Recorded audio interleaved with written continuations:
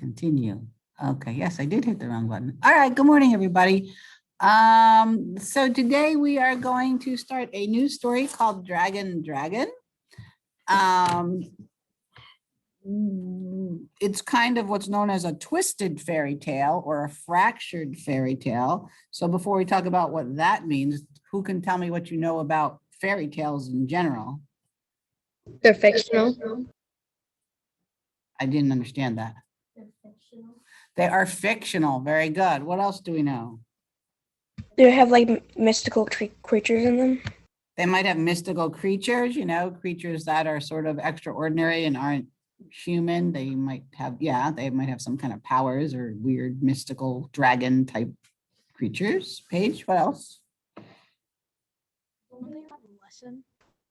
Don't they have what? Don't they all have a lesson at the end? Most of them have some kind of lesson in them, sure.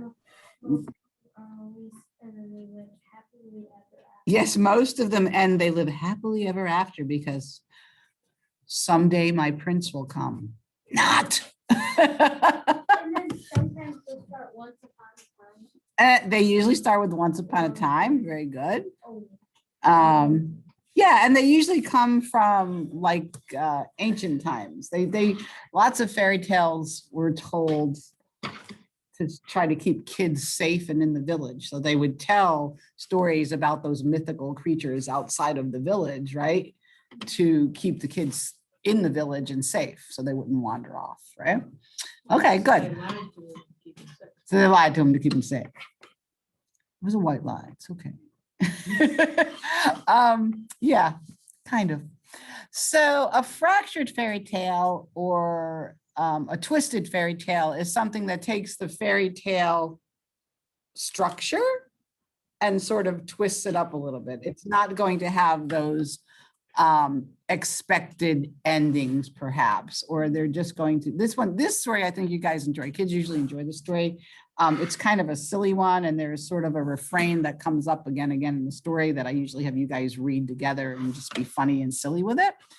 But what we're going to do with this story is we are going to read the story today and tomorrow because it's a little bit long. Talk about, some of the meanings and the messages and what's going on in it. And then on Wednesday, I'm going to do breakout rooms with you to do like 5 multiple choice questions together in a breakout room. And then on Thursday, I'm going to give you 10 multiple choice to do independently for a grade. Okay, and then we're going to do a plot diagram as well with this one. And I haven't decided whether, I think I might do that one with you again rather than grade it because we've only done the one. Okay, so I have my screen here and you guys can look at your screen. But what I did was, just to navigate, if you go to classwork, there's a new topic called Dragon. And the only thing that's posted here is the text. So you could open it in your copy or you could just watch my screen. That's fine. Yes, ma'am. You're not screen sharing. I'm not screen sharing. No. Yeah. Thank you for that information because I thought I was because, it's Monday and I don't know what I'm doing. And Mondays is not an excuse. You're right. I've been doing this a while. I should know to screen share. You're absolutely right. There we go. And now I have my magic wand. Thank you for letting me know that because, people would have been quiet and not told me. And then I would have never known I wasn't scaring. Okay, so I'm just going to read about the author first. So this author's name is John Gardner. It says John Gardner. Why do I have this thing on here? I just want my thingy. It's all right. John Gardner loved old tales about dragons and other monsters. His first successful novel, Grendel, retells the Old English story of Beowulf, a famous monster-slaying hero. In an unusual twist, Gardner presents the monster side of the story in Grendel. So this Beowulf, I had to study that in college in my Old and Middle English, and it was written in Old and Middle English, which doesn't sound at all like today's English. It was rather difficult to get through, but it was pretty good. I mean, I didn't read the whole thing. It goes on for pages and pages. Does it? Yeah. I think there's also a game now, Beowulf, right? Okay. Yeah. Birthday stories. I had 2 children, Gardner once said, and from the time they were about 4, on every birthday and every Christmas, I would write them a story, one for each of them. He worked on several projects at a time. And then here's some background for the story. So it's telling us about dragon stories. How many of you like dragon stories besides Mrs. Jost? I love dragon stories. Okay, good. Since ancient times, dragon stories have been told all over the world. Different cultures have different beliefs about these imaginary creatures. Although Asian dragons are believed to be wise and good, in other cultures, dragons are thought to be greedy, evil creatures. In most European folklore, the hero who kills a dragon is a brave, strong warrior. So this one is sort of based on the European one. I gotta get rid of it. Yeah. Me and my sister play this game called Baby Dragon, where so one of us is the baby dragon, and you have to learn how to take care of her. Aw, right from the egg? Yep. Because they're reptiles. Well, sure. I'm thinking that's my answer. They're reptiles. I think they're kind of like reptiles if you think about like what they look like and whatever. I like what's the story? There's a movie where the dragon comes out of the little baby dragon comes out of the egg, and the first thing he does is like blow fire at somebody and burns them. I don't know. Do you know, Bill? No. Yeah, there's lots of movies. Okay, so this one's called Dragon Dragon. And again, there's some vocabulary written that's highlighted in blue. And then those words the definitions are on the side. There might be a footnote or two, but kids usually enjoy this story. Also at the end of the story, there'll be a chance for some extra credit to do an advertisement to be a dragon slayer. So we'll talk about that when the time comes.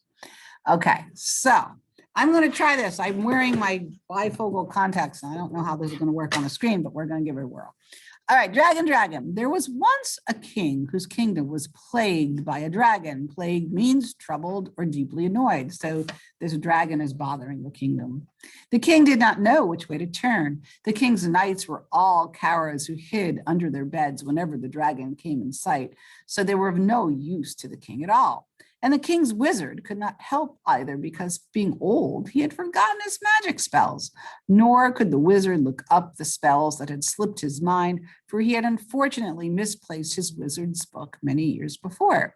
The king was at his wit's end. So what's the fractured part of that paragraph about normal fairy tales? What's not normal here? Carl? It didn't start with once upon a time. Well, it says there once was a kingdom, so that's pretty close, right? What else is odd? Think about the characters here. So you got a king and you got a wizard being talked about. Is there anything odd about either of those characters so far in the first paragraph? Really? The wizard forgot his spell? Yeah. Turn your mic on and say that, Paige, because I don't think people heard you. The wizard forgot his spells? Yeah, so usually the wizard is the one the king goes to for like help to like fix stuff. But this wizard is kind of a little bit, forgetful. He's old. It's kind of like Miss Jost, forgets to turn the share screen on and that kind of thing. Next paragraph. Every time there was a full moon, the dragon came out of his lair and ravaged the countryside. And ravage means destroy and ruin violently. He frightened maidens and stopped up chimneys and broke store windows and set people's clocks back and made dogs bark until no one could hear himself think. He tipped over fences and robbed graves and put frogs in people's drinking water and tore the last chapters out of novels and changed numbers around so that people crawled into bed with their neighbors.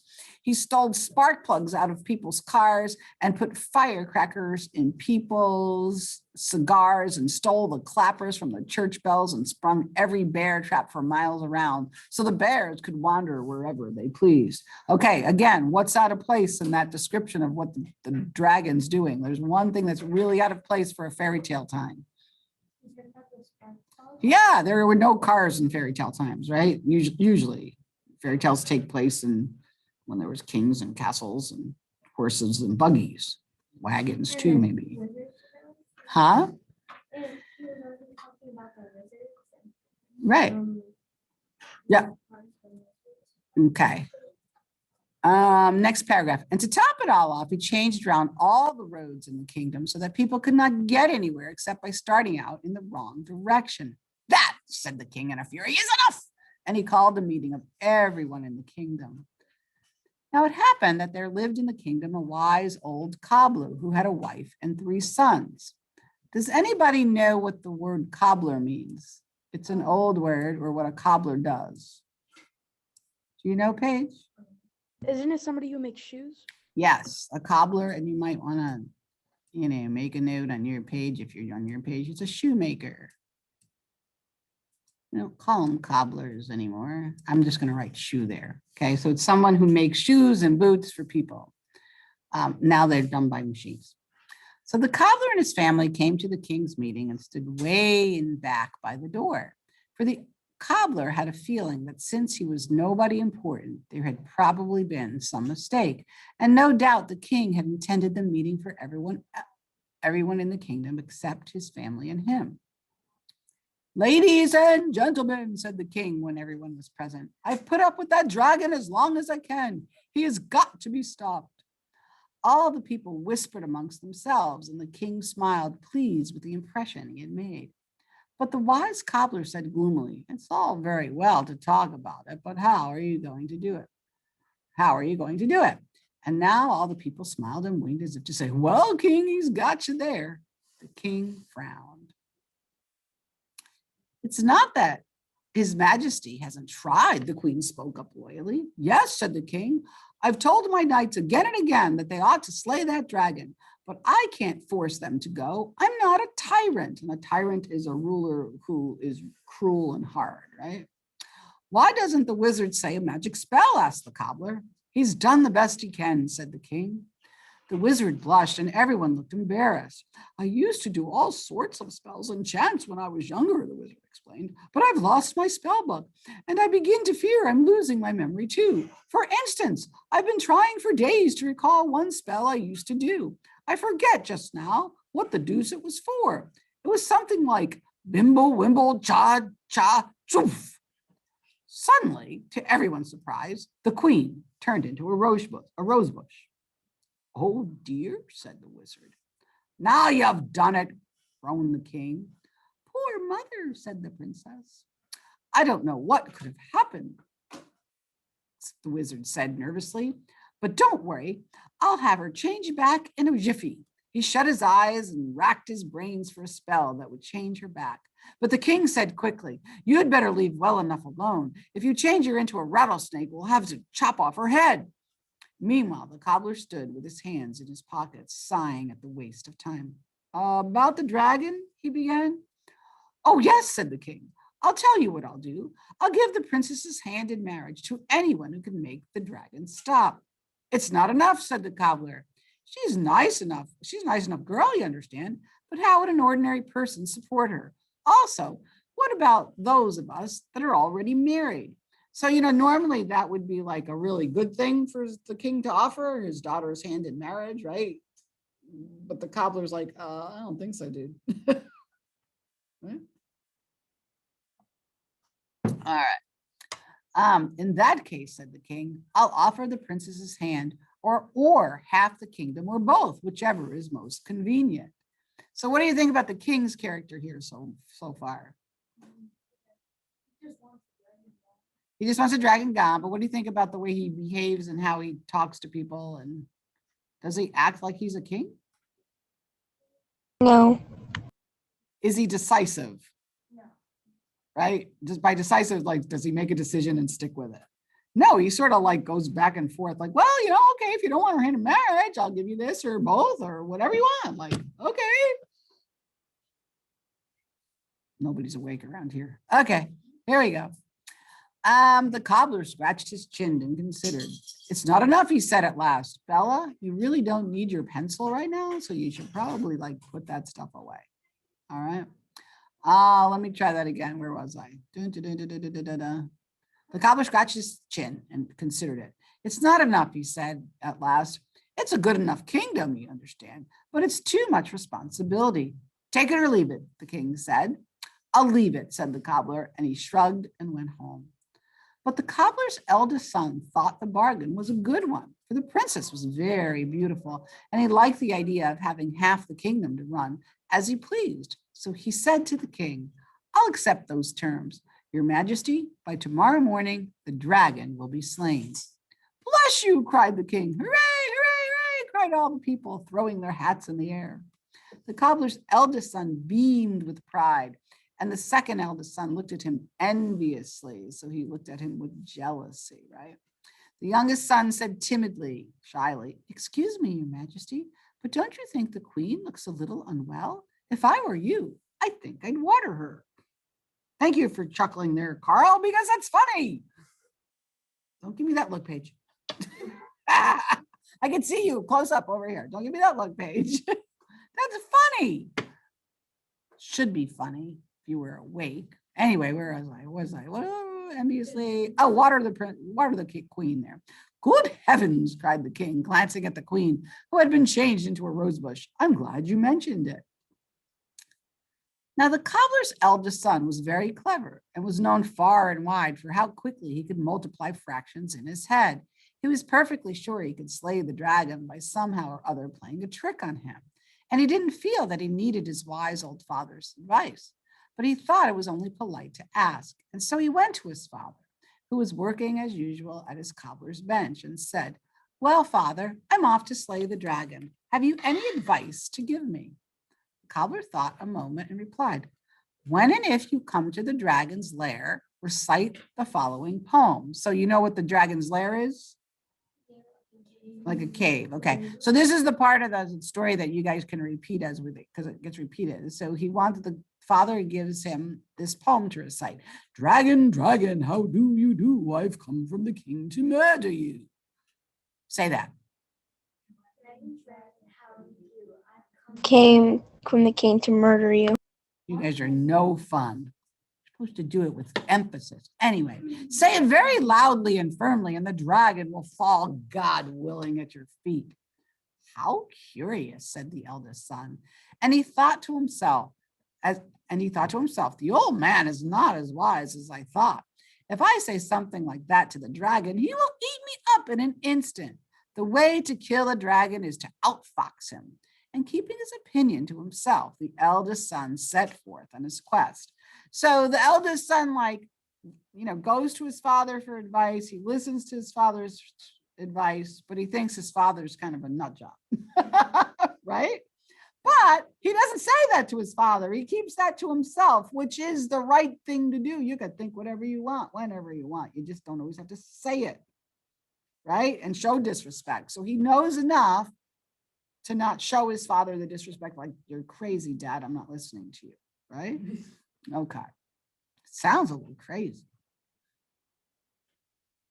All right. Where are we?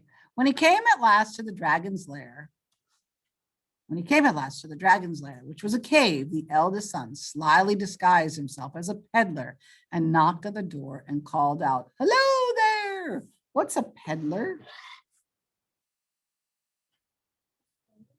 It's not a slave. I think I know. Mm-hmm. A guy who sells things, like he puts them on his head and he sells them things. He doesn't have to put them on his head. He might. But a peddler is like a door-to-door salesman, which we don't have too many of anymore. Or they're also known as carpetbaggermen. Like, they're people that made a living going from door to door selling stuff. When I was a little girl, they still had people that did that and sold like a lot of stuff to like housewives and stuff that would go during the day, and they tried to sell different things to clean your house with or whatever. I remember once my father, we sat there with the whole family, and this was like one of the only memories I have of my dad. And this guy came and wanted to sell us encyclopedias. He was there for like hours giving his sales pitch. And then we got all done, and the guy thought he had a sale because he was there for hours. My dad said, well, that was very nice. No, thank you. It's kind of stuck in my head because no, thank you. Anyway, all right, where was I?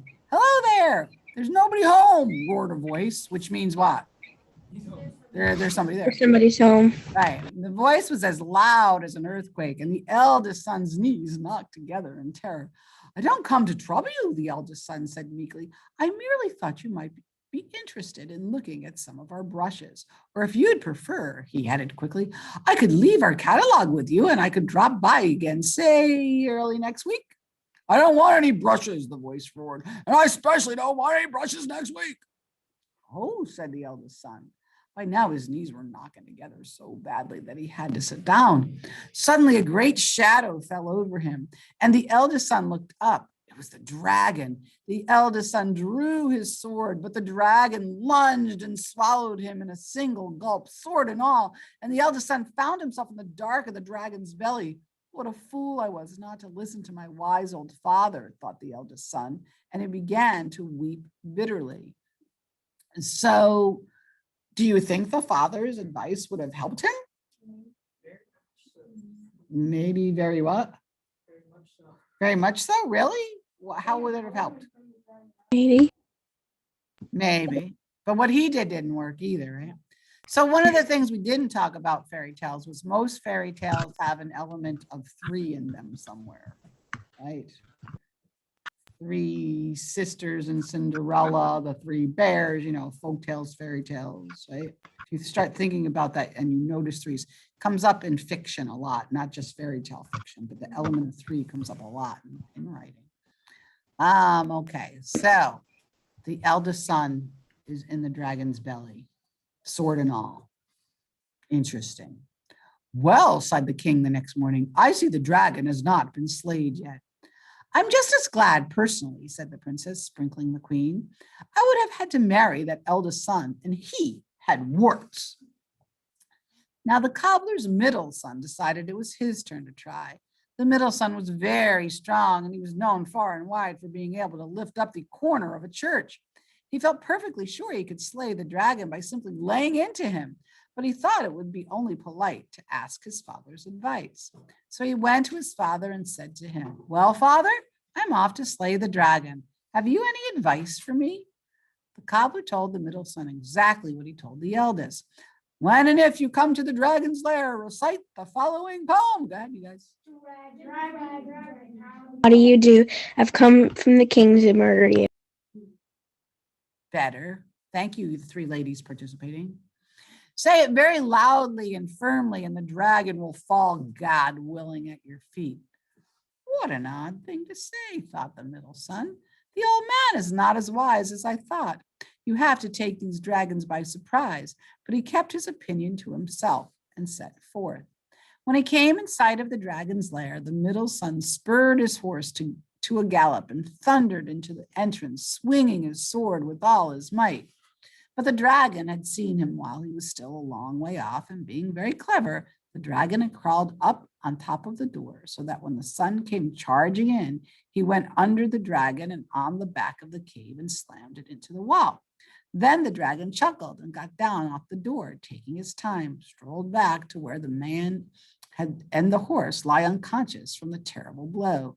Opening his mouth as if for a yawn, the dragon swallowed the middle son in a single gulp and put the horse in the freezer to eat another day. How does a dragon have? Good question, Carl. Carl wants to know, how does a dragon have a freezer? Does that make any sense? No. It does. Caden's is saying yes. How do a dragon has a freezer? What? He handcrafted it. This is a magical dragon. Most dragons are magical. Twisting the story even more. Okay. So how's the middle son different than the elder son? Okay, one at a time, and somebody turn a mic on so other people can hear you. Go ahead, Paige. Sion, are you awake or are you sleeping? He didn't even make it into the cave. He what? He didn't even make it into the cave. He didn't make it into the cave? Okay, but what was his plan different than the other sons? Yes. So, Well, I don't know. I don't think he was. It was because he went into the entrance swinging his sword with all his might, which is the same thing that the other guy did. No. go ahead, Belle. He went in thinking that he was just going to kill him. And then the older brother went in to try to trick him with his mind. Okay, so the dragons, I mean, the two sons have different approaches, right? One's going to trick him, right? By being a peddler and trying to sell him something and then get him to a spot where he can kill him. And then the other one just tries to use brute force. I feel like the youngest one's gonna come in and Well, he's the shy one. well, yeah, but I feel like he's gonna come in and say, yeah, And then the dragon's going to fall. and then he gets the. So you're gets making a to rule it. prediction. Okay. So let's see. He swallows the middle son, but he puts the horse in a freezer, which is kind of silly. All right. What a fool I was not to listen to my wise old father, thought the middle son when he came to the dragon's belly, and he too began to weep bitterly. That night there was a full moon, and the dragon ravaged the countryside so terribly that several families moved to another kingdom. Well, sighed the king in the morning, still no luck in this dragon business I've seen. So is this king sound worried at all? No, Not it's like really. he wants this to happen. He's not worried with the people, he's worried for his kingdom. It's like he his wants us to kingdom happen. is the people. He's the ruler of the kingdom, right? So he's the ruler of the people in the kingdom. He's scared about the dragon. I guess what I'm saying is like he's concerned, but does he seem like he's seriously concerned? Oh, well, No. no luck. Oh, well. Wants this yeah, to happen. right. All right. I'm just as glad myself, said the princess, moving her mother, pot and all, to the window where the sun could get at her. The cobbler's middle son was kind of a humpback. You know, with the humpback of Notre Dame, somebody that's hunched over, right? All right. I'm just checking the time here. All right. Now, the cobbler's youngest son saw that his turn had come. He was very upset and nervous, and he wished he had never been born. He was not clever like his eldest brother, and he was not strong like his second eldest brother. He was a decent, honest boy who always minded his elders. He borrowed a suit of armor from a friend of his who was a knight, and when the youngest son put the armor on, it was so heavy he could hardly walk. From another knight, he borrowed a sword, and that was so heavy that the only way the youngest son could get it to the dragon's lair was to drag it along behind his horse like a plow. When everything was in readiness, the youngest son went for a last conversation with his father. Father, have you any advice to give me? He asked. Only this, said the cobbler. When and if you come to the dragon's lair, recite the following poem. Dragon, dragon, how do you do? I'll come to the king to murder you. Nice. Say it very loudly and firmly, and the dragon will fall, God willing, at your feet. Are you certain? Asked the youngest son uneasily. That's new. As certain as one can ever be in these matters, said the wise old cobbler. And so the youngest son set forth on his quest. What's a quest? The journey, adventure. Okay. He traveled over hill and dale, and at last came to the dragon's cave. The dragon, who had seen the cobbler's youngest son while he was still a long way off, was seated up above the door inside the cave, waiting and smiling to himself.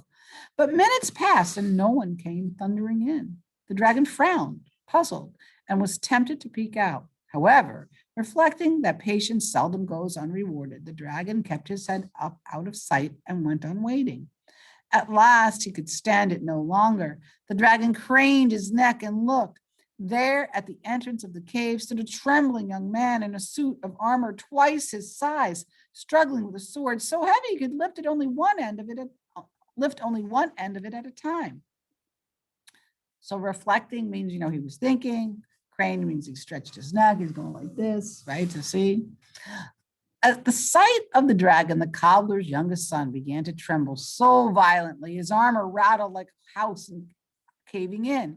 He heaved with all his might at the sword and got the handle up level with his chest. But even now the point was down in the dirt. As loudly and firmly as he could manage, the youngest son cried, Dragon, dragon, how do you do? Oh, I've you come missed to the king something. to murder you. guys, dragon, dragon. I've come from the king to murder you. You are not convincing me. What? Cried the dragon, flabbergasted. You murder me? All at once he began to laugh, pointing at the little cobbler's son. He roared. shaking all over, and tears filled his eyes. He was laughing. Laughed the dragon. He was laughing so hard he had to hang on to his sides, and he fell off the door and landed on his back, still laughing, kicking his legs, helplessly rolling from side to side, laughing and laughing and laughing. The cobbler's son was annoyed. I do come from the king to murder you, he said, and a person doesn't like to be laughed at for a thing like that. Wailed the dragon, almost sobbing, gasping for air. Of course not, dear boy, but really, the idea of it. And that's simply ridiculous poem. Tears streamed from the dragon's eyes, and he lay on his back, perfectly helpless with laughter. It's a good poem, said the cobbler's youngest son loyally. My father made it up, and growing angrier, he shouted, I want you to stop that laughing, or I'll. But the dragon could not stop for the life of him. And suddenly, in a terrible rage, the cobbler's son began flopping the sword end over end in the direction of the dragon. Sweat ran off the youngest son's forehead, but he labored on, blistering mad, and at last, with one supreme heave, he had the sword standing on its handle, a foot from the dragon's throat. Of its own weight, the sword fell, slicing the dragon's head off. Oh, that was my, oh, ho, hunk, went the dragon. And then he lay dead. The two older brothers crawled out and thanked their younger brother for saving their lives. We have learned our lesson, they said. Then the three brothers gathered all the treasures from the dragon's cave and tied them to the back end of the youngest brother's horse, and tied the dragon's head on behind the treasures, and started home. I'm glad I listened to my father, the youngest son thought. Now I'll be the richest man in the kingdom. There were hand-carved picture frames, and their silver spoons and boxes of jewels and chests of money and compasses and maps telling where there were more treasures buried when these ran out. There was also a curious old book with a picture of an owl on the cover, and inside poems and odd sentences and recipes that seemed to make no sense. It's the wizard's book. When they reached the king's castle, the people all leaped for joy to see that the dragon was dead, and the princess ran out and kissed the youngest brother on the forehead, for secretly she had hoped it would be him. Well, said the king, which half of the kingdom do you want?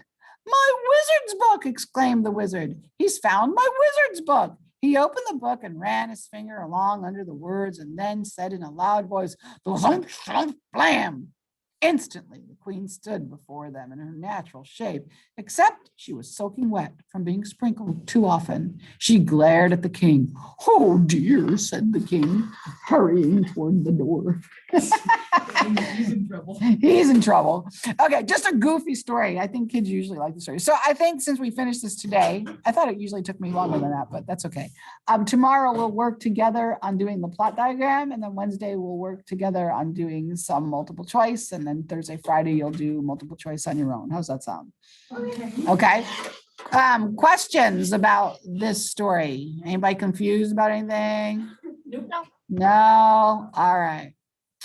So I don't have anybody out in Zoom land have, home Zoom land have any questions for me?